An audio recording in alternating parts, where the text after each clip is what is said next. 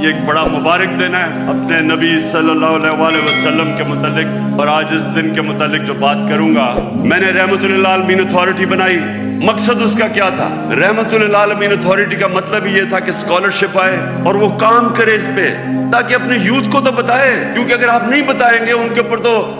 مغربی کلچر کی جلغار ہوئی ہے۔ تو جب تک آپ ان کو سیرت نبی سے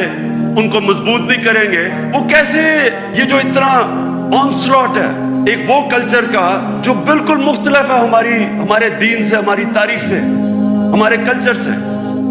وہ کیسے مقابلہ کریں گے ان کو جب تک ان کو آپ مضبوط نہیں کریں گے؟ وہاں تو جو کلچر آ رہا ہے ٹیلی فون سے، میں ابھی آپ کو بتا دیتا ہوں، وہ یہ کہہ رہا ہے کیونکہ ٹیکنالوجیکلی وہ اتنے آگے نکل گئے ہیں، اس کا مطلب ہر چیز میں وہ آگے ہیں، اس کا مطلب ہمارا دین بھی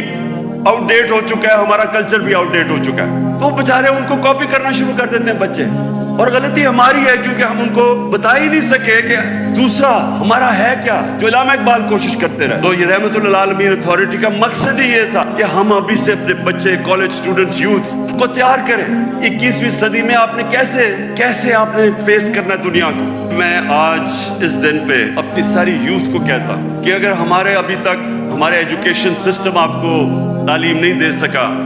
جو آپ کو ملنی چاہیے، اور انشاءاللہ ہم جب بھی واپس آئیں گے اور اللہ نے جب کیا تو رحمت للعالمین اتھارٹی کو ریوائیو کریں گے، بچوں کو تیار کریں گے۔ کوئی کسی کو زبردستی دین میں نہیں لا سکتا، لیکن ہمارا فرض یہ ہے کہ کم از کم ہم اپنی یوتھ اور بچوں کو ان کی بنیاد تو رکھ دیں، ان کو بتا تو دیں کہ آپ کا دین خاص طور پہ